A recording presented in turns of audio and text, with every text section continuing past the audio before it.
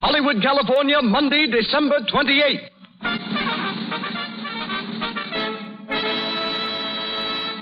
The Lux Radio Theatre presents Herbert Marshall and Madeleine Carroll in Cavalcade with Una O'Connor, David Niven, and Douglas Scott.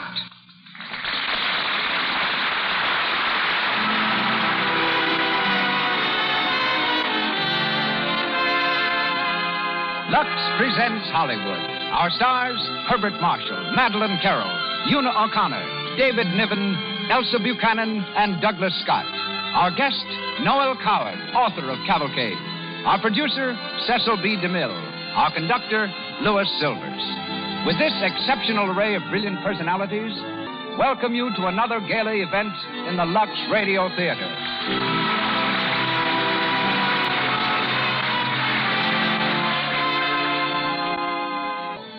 And now, our producer, ladies and gentlemen, Mr. Cecil B.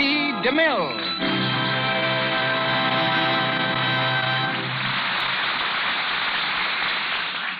Greetings from Hollywood, ladies and gentlemen.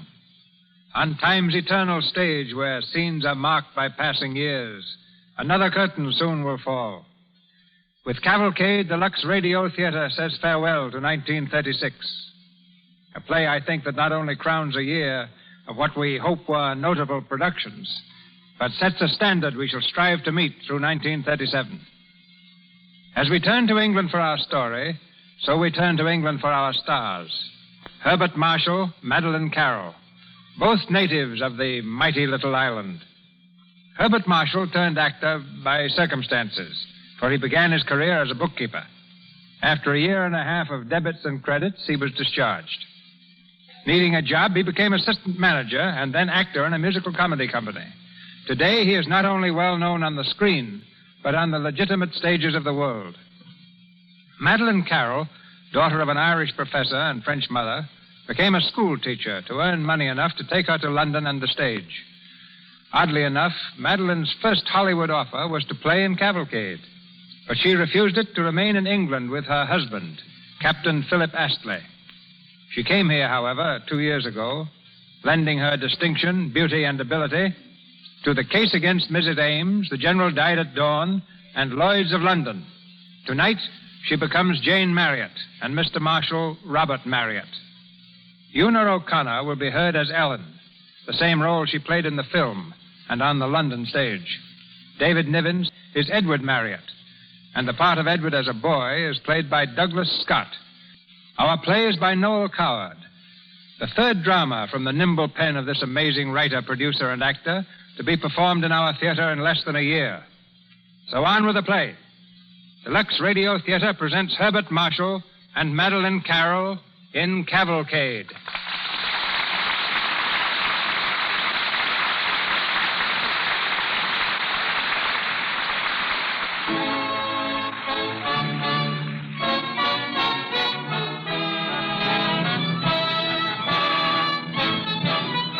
December 31st, 1899. Despite the Boer War, then raging in South Africa, all England celebrated the most momentous New Year's Eve in modern history, the turn of the 20th century, the beginning of a new era. In a charmingly furnished drawing room of a house in London, Ellen, the maid, is setting the table for a light supper. As she turns to the door, her husband, the butler, enters, carrying a bottle of champagne. Did the master say they'd have champagne too, Bridges? It's a celebration, ain't it? And it wouldn't be a celebration without champagne, would it? There's hot punch. It's wiser to be on the safe side, is my way, Ellen. If hot punch fills the bill, they have hot punch. If it's champagne, it's here, too. How was cook when you come up? Flighty. Running round the kitchen like a cat on a griddle. New Year's Eve's gone to her head and no mistake. She's been queer all day. Has she ever been quite right? Less than an hour ago, she told me she feels like it was the end of everything. Oh, so do I, for that matter. Oh, come now, Ellen. It ain't necessary to start that all over again. Well, you ain't losing a husband. Oh, you ain't losing me, Ellen. A man's marching off to war ain't staying home with his loved ones, is it? Well, no, not exactly. Oh, it's horrible, Bridges. I can't bear to think what it's going to be like when you're gone. Then don't think about it. Well, I can't help thinking. It's a bad habit, Ellen. You ain't no different from the missus. Master Robert's going too, you know. You're in the same boat as all the other soldiers' wives. But you ain't cut out to be a soldier. Ellen? Well, what's going to happen to me and Fanny if anything happens to you? Oh, you'll carry on. Oh, dear. Oh, girl, you married me for better or worse, didn't you? Oh, I did, but... Well, if it turns out for worse, so much the worse it'll be. And if it turns out for better... Fat lot of comfort that is. And what's the war for, anyhow? We've got to have wars every now and then to prove we're top dog. This one don't seem to be proving much. How can you tell what our brave boys are suffering out there in darkest Africa, giving their life's blood for their queen and country? Oh, if this wasn't New Year's Eve, I'd lose my temper, and that's a fact. Well, 'twouldn't be the first time. You better go and get the hot punch. They'll be here in a minute. Oh, listen, there they are now. Draw the curtains. Why, it's almost New Year's. At least they wants to be cheery. Yeah, hurry up now. Go on, get the hot punch. You mark my words, Ellen. If we didn't give them boys a lesson, they'd be over here wreaking havoc and carnage before you could say Jack Robinson. Oh, get along with you. Good evening, Bridget. Your cloak, ma'am? Thank you. Your coat, hat, and stick, sir? Here you are. Very good, sir. May I have the honor to wish you both a very, very happy New Year? Thank you, Bridges. Same to you. Ellen, how nice the table looks. Oh, thank you, Mum. Where did those flowers come from? They're from me and Bridges, Mum. With our very best wishes, I'm sure. That was sweet of you, Ellen. Oh, not at all, Mum. Well, it's a pleasure indeed. Well, I'll go and help Bridges with the hot punch, Mum. It was sweet of them, Robert. I feel I want to cry. Well, then, by all means, cry, dearest. This evening was planned sentimentally. To say hail and farewell. It isn't farewell yet. Soon, Robert. Dreadfully soon. When it comes, then we'll take it. You looked so beautiful at dinner, Jane. I'm glad. You're beautiful now. Oh, I expect it's only that dress, really. Dresses can be very deceiving, darling. Of course. That's perhaps why we wear them. And that ornament in your hair. Yes. And the fact that I love you so dearly. You might be hideous and ill-dispositioned and tedious, and I would never know it. You're a darling. And I'm going to believe every word you say, even though I know I shouldn't. Kiss me, Robert. Sweetheart. A goodbye to the old year. I wonder if the boys are asleep. Snoring, I expect. Oh, no, Robert, not snoring. They both have perfect tonsils. Dr. Harrison said so. Inherited from their mother, my dear. Oh, Robert, why must you leave me? It takes men to fight wars. What does it matter about the boards? It matters about your brother Jim, doesn't it? He's out there. That counts. Yes. Give my love to him if you ever see him. If he's alive. Of course he's alive. They're all alive. They're bound to be relieved soon. Baden-Powell's a fine man. How long will it last? The war, I mean. A few months. God willing. In a few hours you'll be sailing. You'll be going on board. Perhaps it'll be all over when you get there. Perhaps. I suppose you'd hate that, Robert. Bitterly. Edward and Joel want to see you off. No. No, they'd better be here. They're your sons. No, they're children. They'd better be here. It's rather horrid even thinking about it, isn't it? Thank heaven for one thing. They won't have to fight. Peace and happiness for them. Oh, please, God. Peace and happiness for them. Always.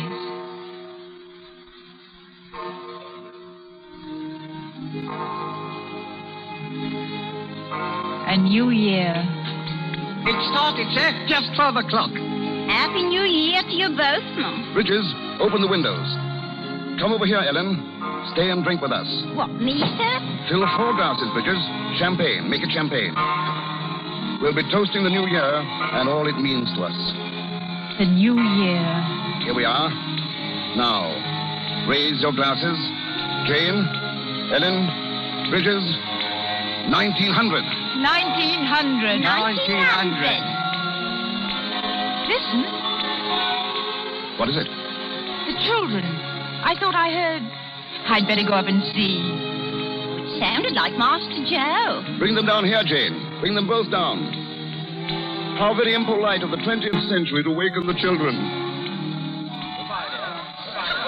Goodbye, mate. Goodbye. Cheer up.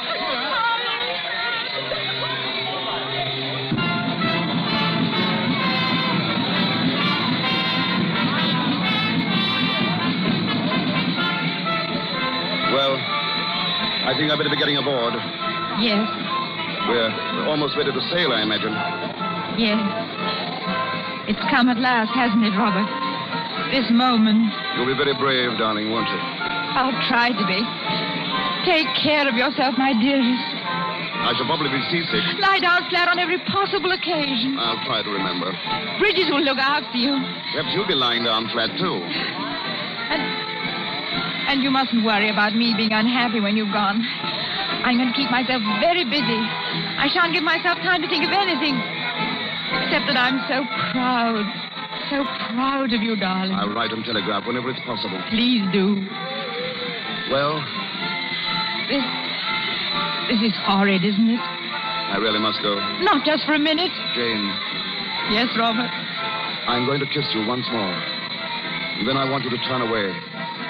Turn away and go right on talking. So you won't actually see me leave you. Very well, my darling. Now, Jane. Edward and Joe were terribly anxious to come, but I'm glad I didn't bring them, really. Joe gets overexcited, so easy. He's had a very bad cold, anyhow. Edward could have come, I suppose, but that would have upset Joe so dreadfully. Being left alone. Take care of yourself, my own dear. You're not here anymore, so I can break down a little. I felt you go when I said about Joe being overexcited. Robert.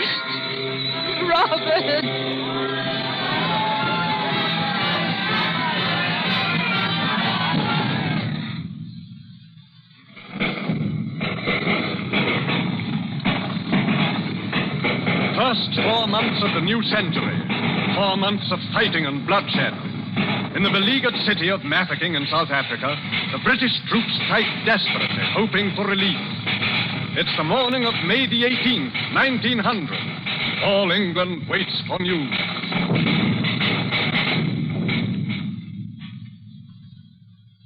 Bang, bang, bang, bang, bang, bang, bang, bang. There, Edward. How many boars did I kill that time? 27. Set them up again, Cousin Edith.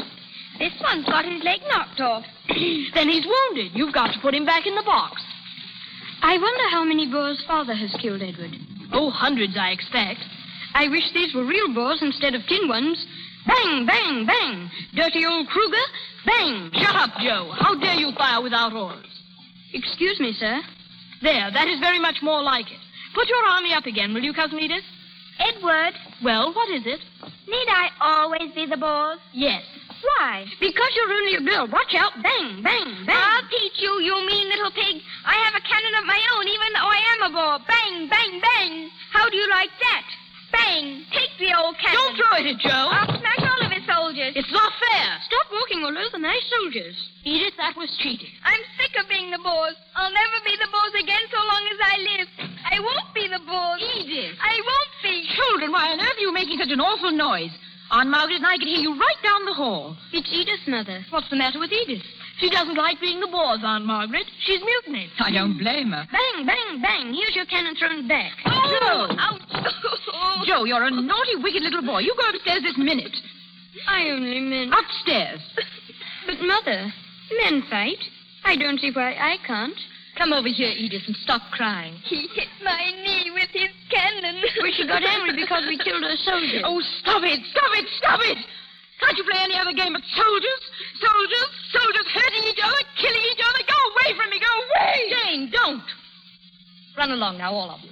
I'm sorry, Mom. It's all right. Run upstairs, dear. Yes, Mom. Come on, Cousin Edith. Come on, Joe. I'm sorry, Cousin Edith. I didn't mean to hurt you. Jane, I'm all right. It's just nerves. Listen, soldiers of the Queen. There's no escape from it anywhere, is there? Shall I throw them some money and ask them to go away? I don't care. If it isn't them, it'll be somebody else. Oh, Margaret, will these days ever end? Robert said it'd be only a little while and then it'd be all over. That was nearly 4 months ago. News will come soon. You must have courage, Jane. I don't believe I shall ever see Robert again. Be brave, dear. It's much easier to be brave when there's something to hear, something definite.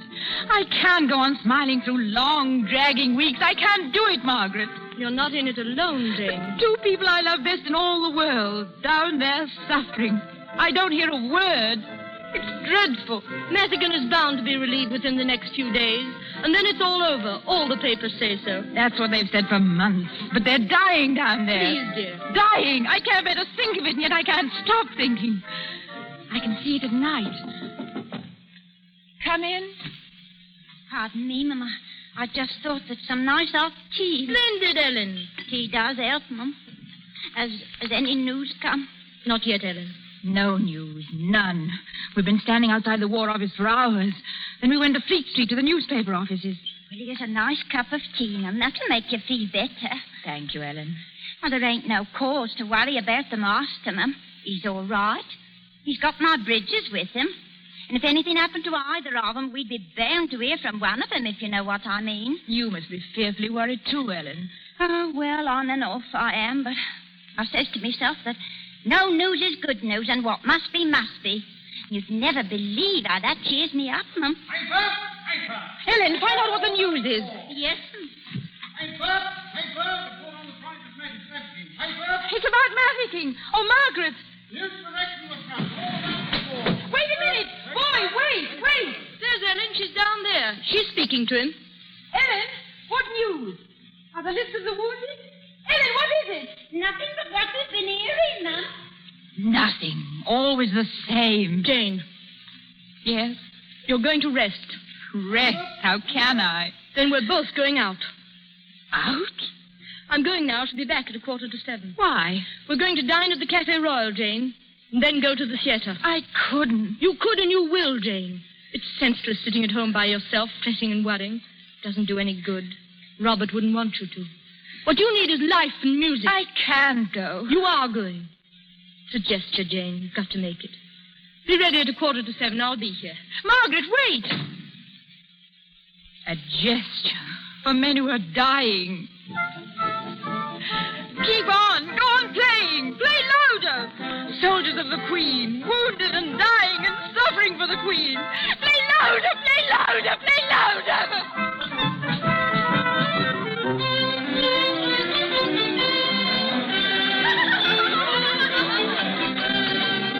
Waiter, I say, come here, please.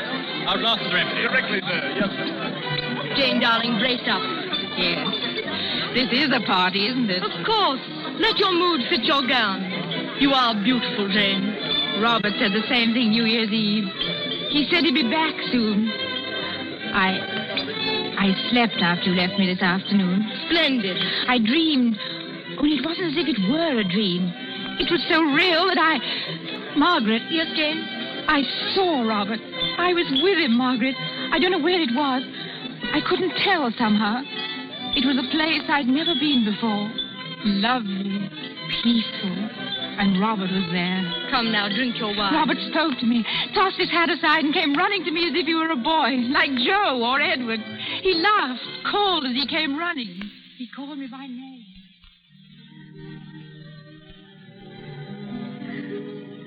Jane. Oh, Robert, you're safe. Why, of course I am. Jim, how is he? As right as man can be. Let me look at you, darling. Oh, sweetheart. You look so tired. You haven't been worrying about me, have you? No, not too much. Huh. Oh, you were never a good liar. I'm glad of that, though.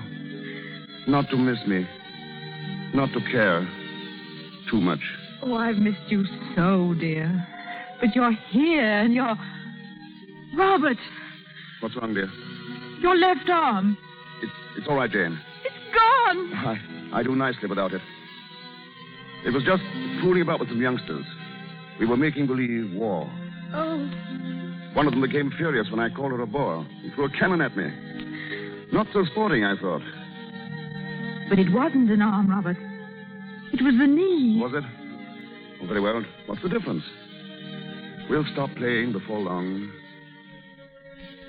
We will settle down at home. Drink a toast to the Queen. Robert. I saw Jim. Send his love. Be back home before long. Robert, wait for me. Robert.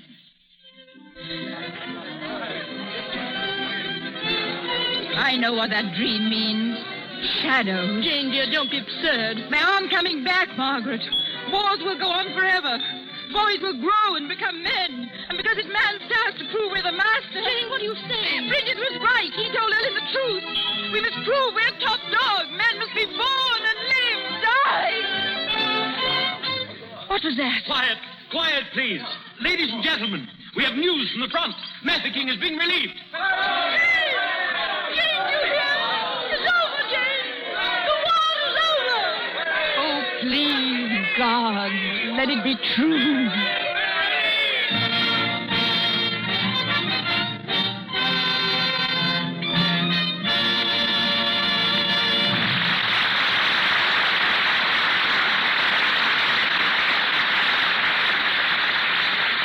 Our Lux Radio Theatre production this evening is a cavalcade indeed.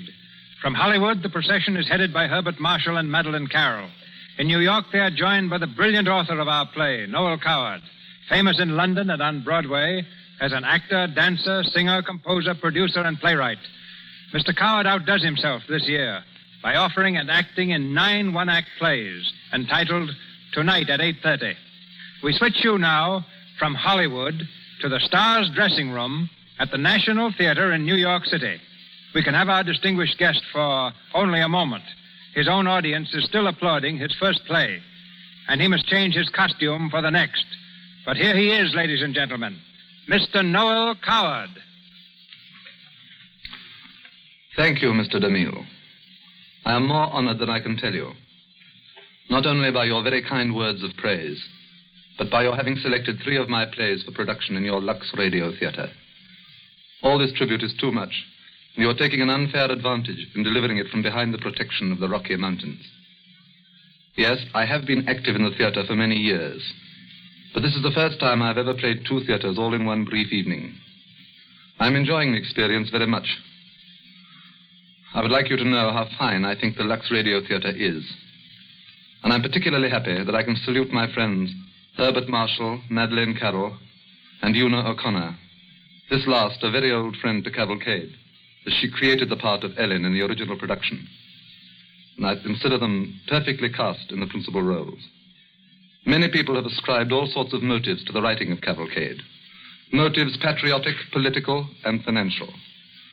Some people make a career of motive discovery. They search every word for a clue, like old ladies peering under the bed for burglars. The real story behind Cavalcade is very different. All my life I had wanted to do a big play on a big scale. I had considered all periods and episodes, and one day I happened to pick up a back issue of the Illustrated London News. In it was a picture of a troop ship leaving for the Boer War. The whole scheme seemed to take form in my mind, then and there. I made some tentative arrangements, but then I had to go off to America to play Private Lives. All of a sudden, early in April, Charles B. Cochrane wired me from London. I had to set an opening date for Cavalcade in order to get Drury Lane Theatre. So I took a chance for the end of September. There I was, no play, no cast, no costumes or set, just an opening date. But we finally succeeded in opening the show just 2 weeks after the original date. Then came the critics. One of the most amusing remarks was the reference of the press to my canny, shrewd political sense. A strong patriotic play just 2 weeks before the general election. The truth is that I'd been so busy I had completely forgotten that there was to be an election at all. People have asked me what parts of Cavalcade I like best. My own choice is Queen Victoria's funeral scene and the outbreak of the war in 1914. Tonight, we are all approaching another New Year's Eve. The first scene of Cavalcade, you remember, was on that same occasion. The last scene also takes place on New Year's Eve. At the close of that scene, a toast is proposed to England. As you hear it tonight, I should like you to feel that I am proposing a toast to each of you and to your country.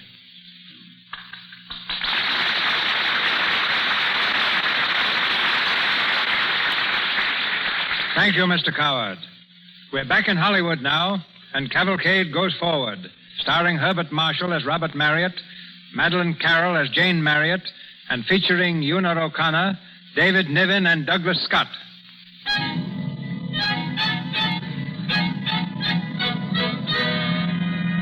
January, in the year 1901, Mafeking has been relieved, and the soldiers of Queen Victoria start back to England and home.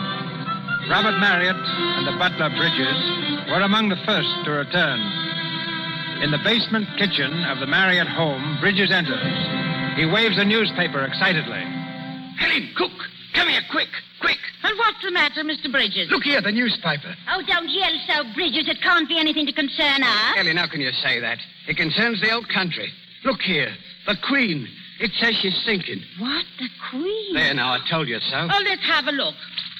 Oh, and she's very old, isn't she? Old? What's that got to do with it? Well, and I've never seen her, have I? I have. Driving along Birdcage Walk once, years ago. England won't be the same place without the Queen.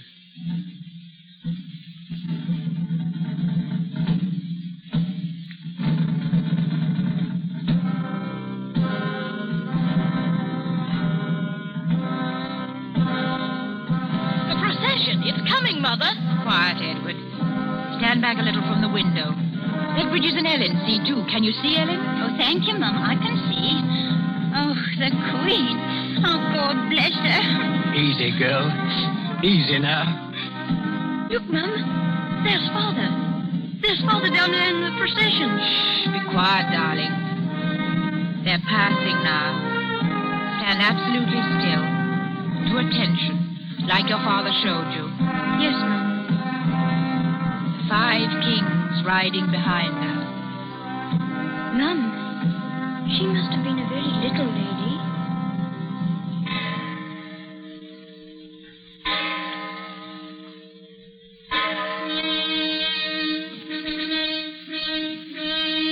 The death of Queen Victoria signaled the passing of the old order. Times and customs changed, and the 20th century gathered speed with the dawn of each new day. But Robert, are you sure they're safe? Safe what, Nanny? What did you call them? Those automobiles. Oh, I imagine they're safe enough. But don't worry. I won't buy one yet for a while. Here, you better hurry and get dressed. We haven't much time. I'm almost done. How's my gown?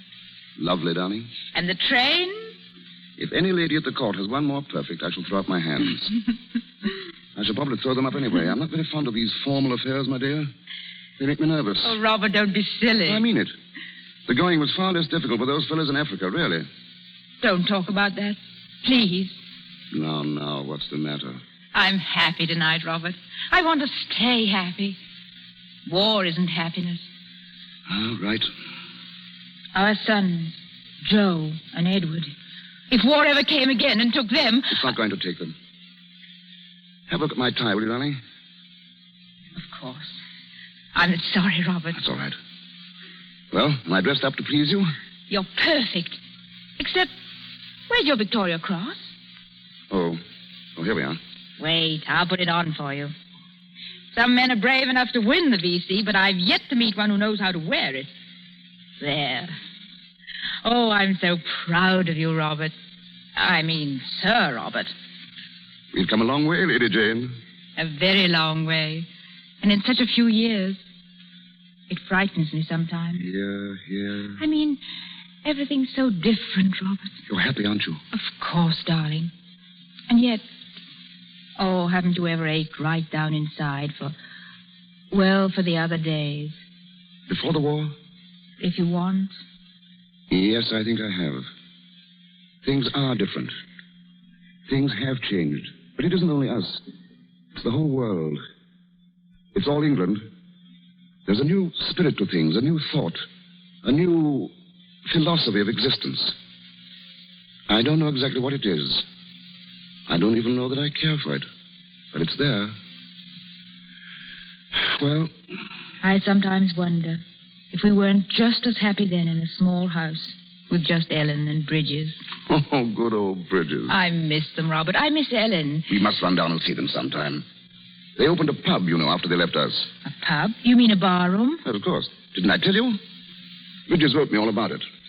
A pub. They've changed, too. Not Bridges. He couldn't. He'll be the same Bridges till the day he dies. I hope so. I don't know.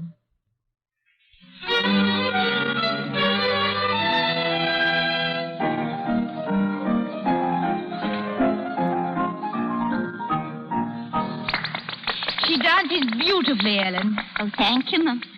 Bridges and me has been giving her lessons now for 2 years. Very talented, if you ask me. Oh, thank you, Sir Robert. Come here, Fanny. Yes, sir. I don't suppose you remember me. You were just a baby when I knew you. Yes, sir. Mama's told me how we used to live at your house. That's enough. Now go and sit down, Fanny. Yes, Mother. I hear Master Robert is at Oxford College, milady. Yes, mad about it, too. You must come and see us sometime when he's down on vacation, Ellen. Oh, thank you, Mum. Hello, Ellen. Oh, hello, George. I've got the missus with me. Oh, I didn't know you had company. Oh, please stay. Don't go on our account. Oh, come in, Flo. We just dropped by, Ellen. We didn't know you had. This is Mr. and Mrs. George Snapper, milady. Sir Robert and Lady Marriott. Oh. How do you do? To meet you. Oh, sit down, Flo. Sit down, George. Well, thanks. A nice day out, Sir Robert. Yes, it's really spring now. Yes, sir. By the way, Ellen, I'm sorry to hear Bridges is ill. Bridges ill? What's wrong with him, Ellen? Well, before you and Flo come, George, I was explaining to her ladyship and Sir Robert about poor Bridges' bad leg. We were so sorry to hear about it. Bad leg? Ellen explained that he's been in horrible agony ever since Sunday. Where is he? Stop kicking down my shins. Where is he, Ellen? Upstairs in bed. I'll pop up and see him. He's asleep now. Well, my eye. By the way, Ellen, you didn't tell us how he came to have the accident. Oh, well, he was cycling, Sir Robert. He was cycling and he fell off. I didn't know he had a cycle. He hasn't any more. Will you tell him how sorry we were not to have seen him? Yes, Sir Robert, I'll do that. Goodbye, Ellen. Oh, it was so kind of you, Mum, to come all the way down here to see us and to bring Fanny that lovely doll and everything. I wanted to see you. Goodbye, Mrs. Snapper. Happy to have met you, I'm sure. Goodbye, Mr. Snapper. Goodbye, sir. Goodbye, Ellen. Goodbye, Ellen, again. Don't fail to remember me to Bridges. We missed you both. It seems as if it were only yesterday that you were with us. We miss you, too, Mum. Time changes many things, but it can't change old friends, can it? Oh, no, Mum, no. There's some things that...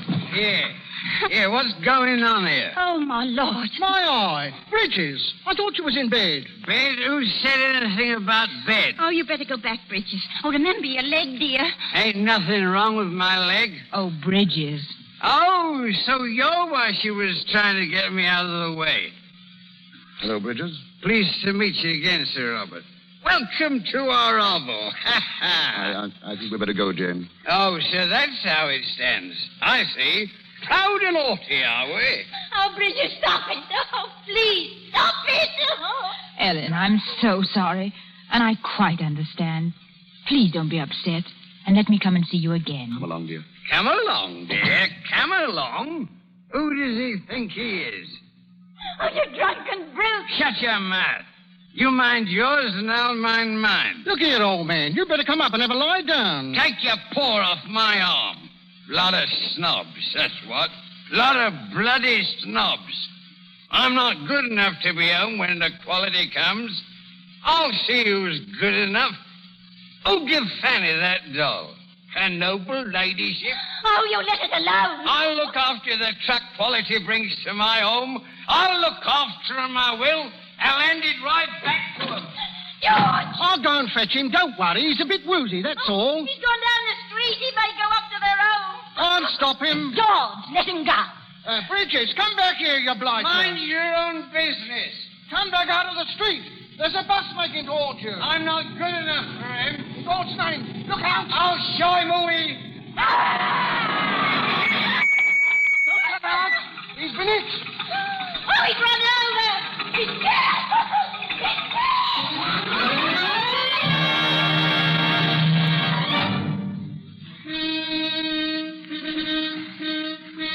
The 20th century swings into its second decade. March 1912.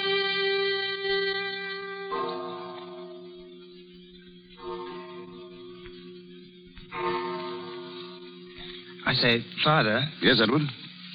Father, are you going to sit up all night? I hope not. Are you? No, sir. I'm You're just sitting up waiting for Joe, aren't you, Edward? Yes, sir. So am I. Where is he? I don't know, sir. Sure?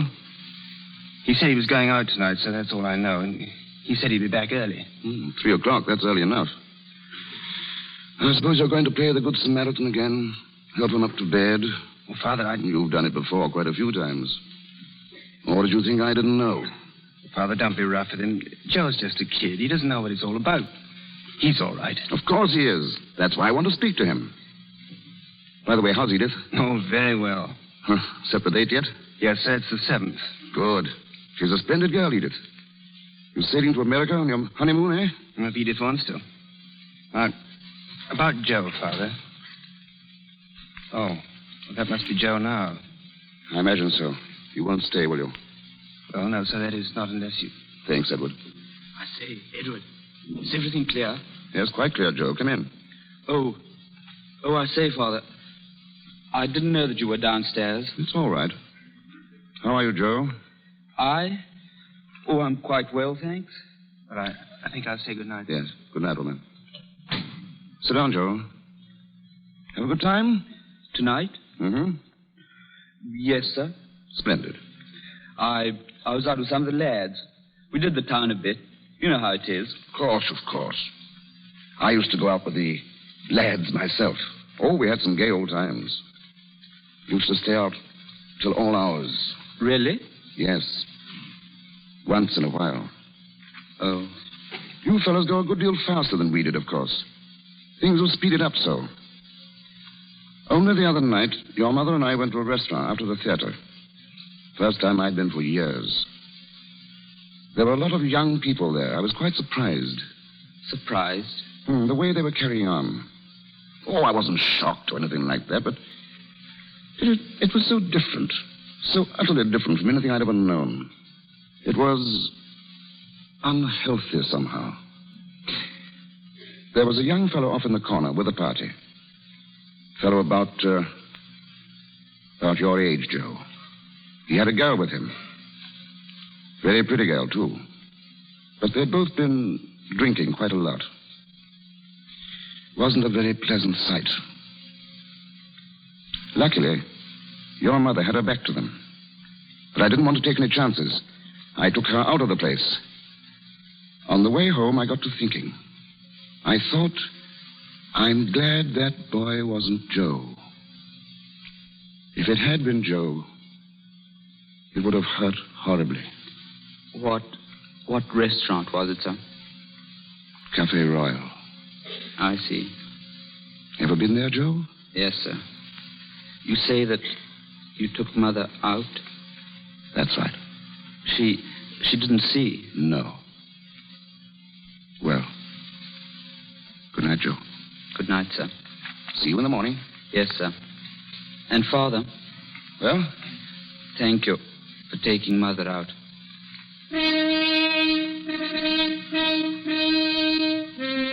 April the 14th, 1912, on the high seas off Newfoundland.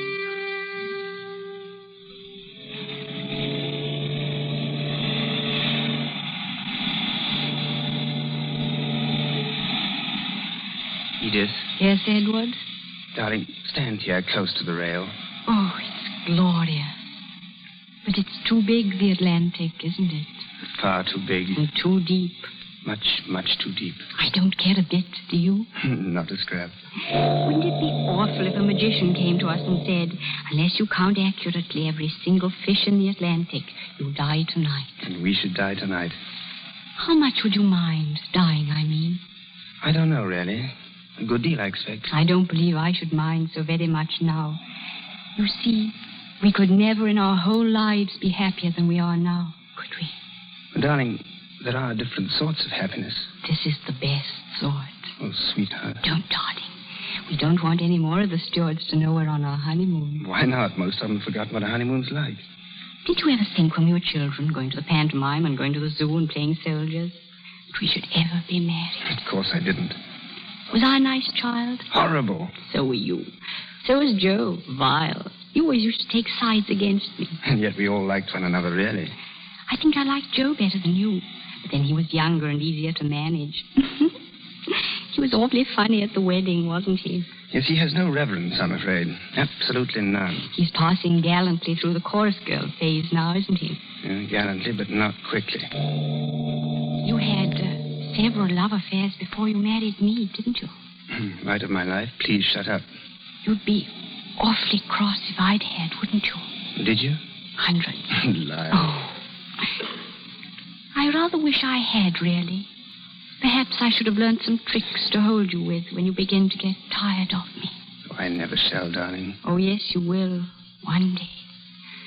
The loveliness we feel now will fade, and the guilt wear off the gingerbread. Tell me, have you ever seen gingerbread with guilt on it? Never. Then that's settled. Mm-hmm. Anyway, look at Father and Mother. They're perfectly happy. They had a better chance at the beginning. Things weren't changing so swiftly. Life wasn't so restless. Well, how long do you give us? I don't know.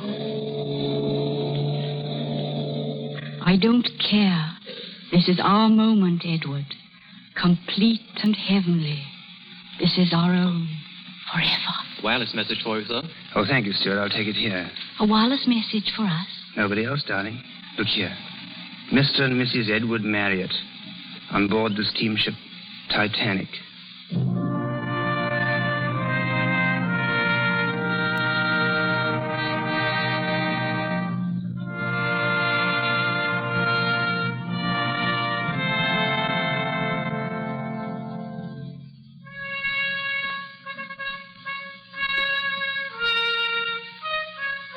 The new century speeds on to a climax of love and hate, of fire and blood, of steel against steel. August the 4th, 1914. Robert, help me off with these dust sheets. We'll get a woman in tomorrow and clean up. All right, dear. I shall never go on a holiday again. Ever. It's horrid when you're there, and it's much worse when you come back. Still, it is better to be here in London, Jane, if anything's going to happen. It's going to happen, all right. I'm afraid there's no doubt about it now. Oh, it's so hot I can't breathe, Robert. Hello, Mother. Oh, Joe, darling. It's grand to see you back. How are you, Father? Fine, thanks. Cigarette? No, son, no. They're pretty exciting, all the things that are happening, aren't they? Yes. Rather like Germans, don't you? Enormously. There is the war. How long do you think it will last? 3 months at the outside. I suppose we shall win, shan't we? Robert. What's wrong, dear? I'm going upstairs for a minute. I shan't be long. All right, darling. I say, the war might last for 6 months, don't you think? Oh, impossible. Have you any idea, Joe, what a war costs in actual money? I suppose quite a lot. Yes. And the Germans can afford it even less than we can. Are you glad you left the army, or sorry? Absolutely delighted. Will you go back again? I expect so. I'll go, too. You want to? Terribly. Why? I don't know. I just want to. I wish Edward was still here. We could have started off together. Now, don't be too impulsive, Joe. Think of your mother. Think of me. You're all we have left now. Piper, war declared against Germany. Listen. Piper. Father, you hear? Robert, what is it? England is at war, my dear. War.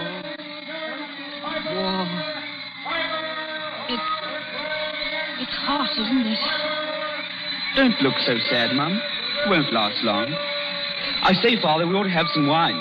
We must drink to this. We've only hot. We'll have to drink to the downfall of Germany in her own wine. Here, here. Edward missed this. I'm glad. Jane. He died when he was happy, before the world broke over his head. Don't say that, Jane. We've had wars before without the world breaking. Drink to war, then, if you want. I'm not going to. I can't. Rule Britannia. Send us victorious, happy and glorious. Drink, Joey. You're on your baby still, but you're old enough for war. Drink like the Germans are drinking. To victory and defeat and stupid, tragic sorrow. But leave me out of it.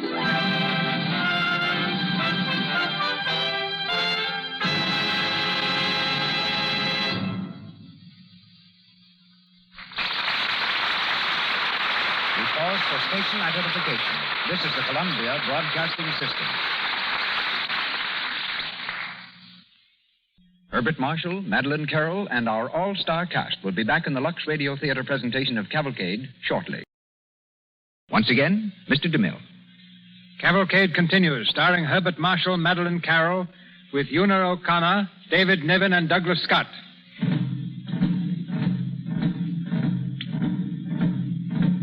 Time swings in its orbit. Men battle, men die. The whole world roars in chaos.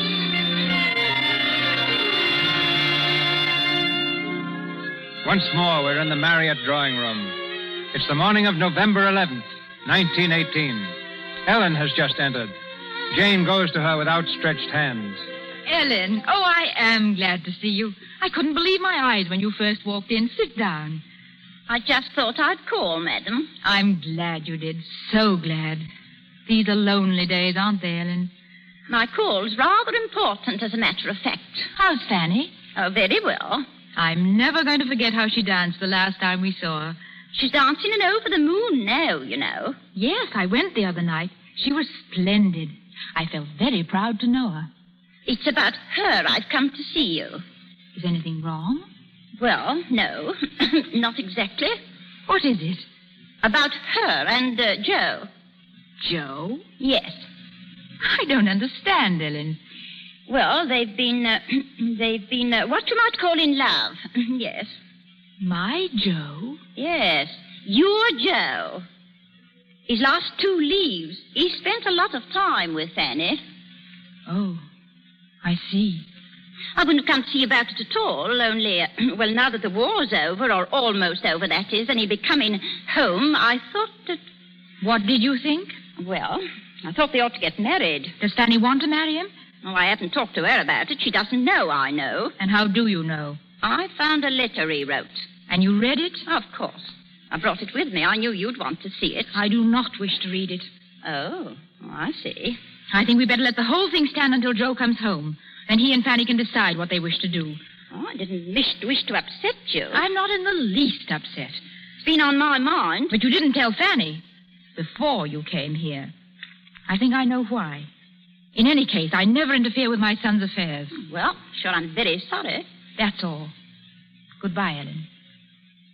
I suppose you imagine that my daughter isn't good enough to marry your son. Well, if that's the case, I can assure you that you're very much mistaken. Fanny's received everywhere. She knows all the best people. How nice for her. I wish I did. Oh, things aren't what they used to be, you know. Oh, no. It's all changing. Yes, I see it is. Fanny's at the top of the tree now. Oh, she's having the most wonderful office. Oh, Ellen. What is it? I'm so sorry, so sorry. Don't know what you mean. Oh, yes, you do, inside. You must understand, Ellen.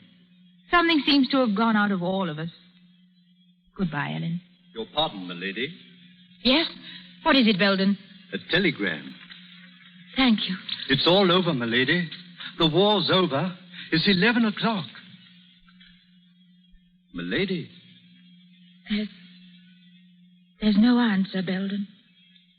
No answer. Milady, is anything wrong? Oh, ma'am. Oh, quick, what's happened? What's in that telegram? You needn't worry about Fanny and Joe, Ellen. He won't be able to come back anymore.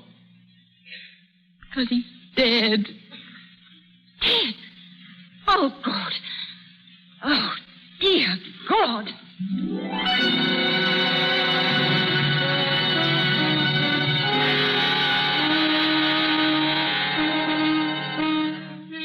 "18 more years roll by.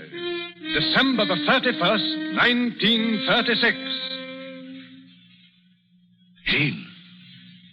Jane, dear. Oh, yes, Robert? Were you asleep? No, dear. I was just sitting here, thinking, and watching the crowds go by in the street. Did Franklin bring the champagne up?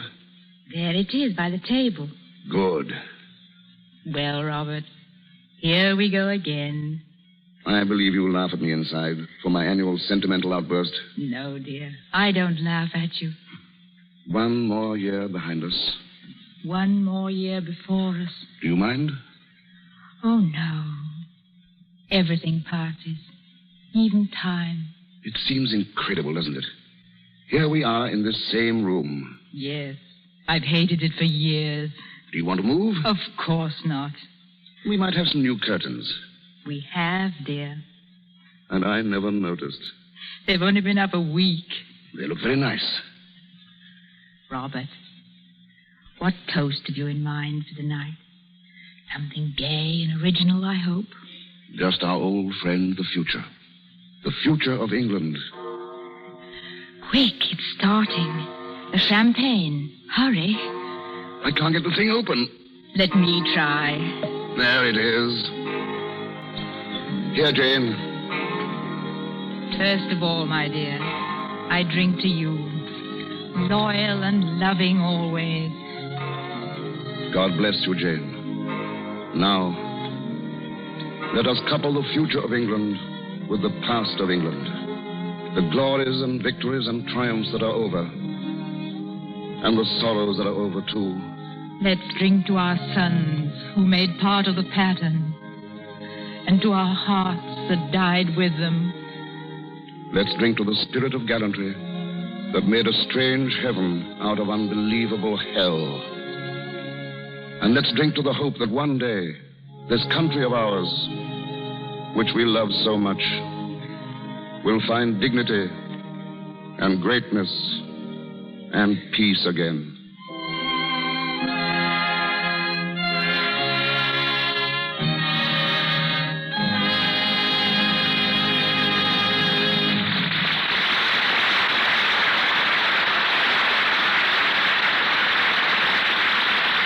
Herbert Marshall and Madeline Carroll have a word for us in a few moments. But now, a curtain slowly falls. The cavalcade is gone. Gone to the home of straight ascending smoke, of distant melodies, of white sails that vanish on a red horizon. Gone to the home of all brave things that flourish, fade, and disappear, to live again in memories. To England I give thanks. Thanks for showing the world how to muddle through. Thanks for her patriots and poets, for roast beef and plum pudding, for Trafalgar and tobacco, for kippers and Kipling, for bowler hats and bowling on the green, and for performers like Madeline Carroll and Herbert Marshall, who now rejoin us. Miss Carroll, Mr. Marshall.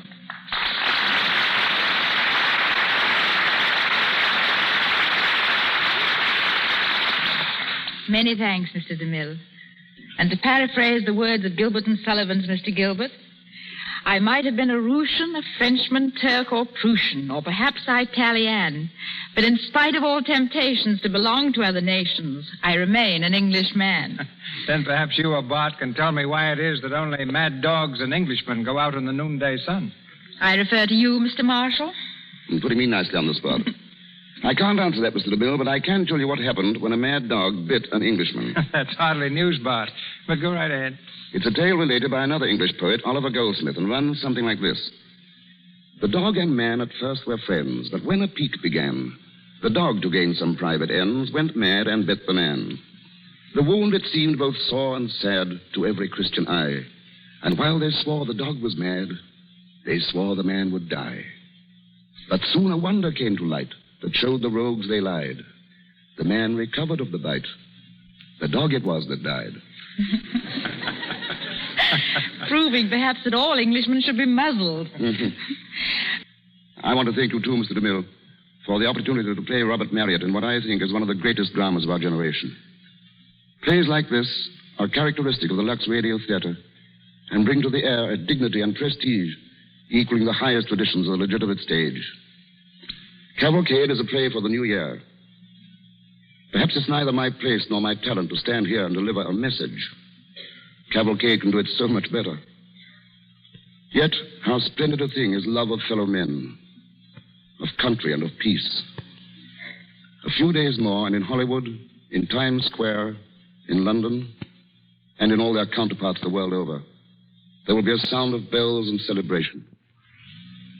Let's hope that when they ring again, in another 12 months, they'll echo through a world a little closer to understanding itself, a little more tolerant, a little nearer to the truth that it is a good old world.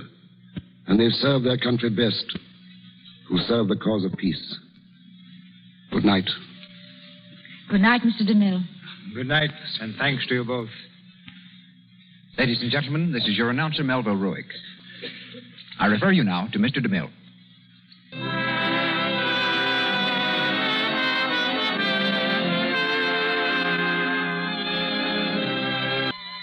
High over Asia, the sun is racing westward, emblazoning the final days of a departing year.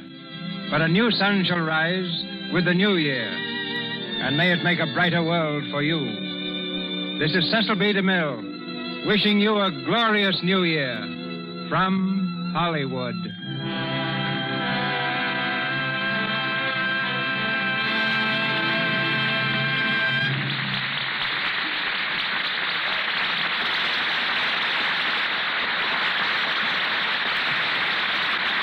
This is the Columbia Broadcasting System.